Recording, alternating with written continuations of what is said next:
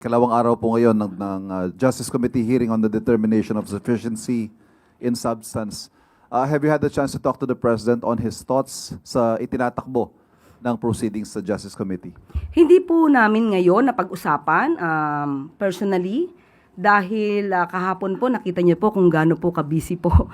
Nagkaroon po talaga ng special cabinet meeting as early as 9 o'clock in the morning kahapon.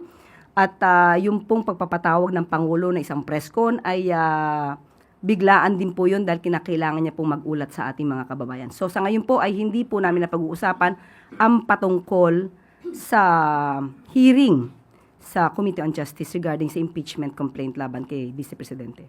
Mr. Claire, how closely is the President watching the proceedings? Or would you say, is he very much interested in the outcome? Or is he indifferent since, as you've been saying, he would like the process to take its course? Hindi po makikialam ang Pangulo kung ano po mangyayari at magaganap sa hearing sa impeachment complaint laban kay Vice Presidente. Ang tanging nais lamang po niya ay masunod ang proseso, masunod ang konstitusyon, at makita kung ano man ang ebidensya at kung may dapat na managot, managot. Hanggang dun lamang po.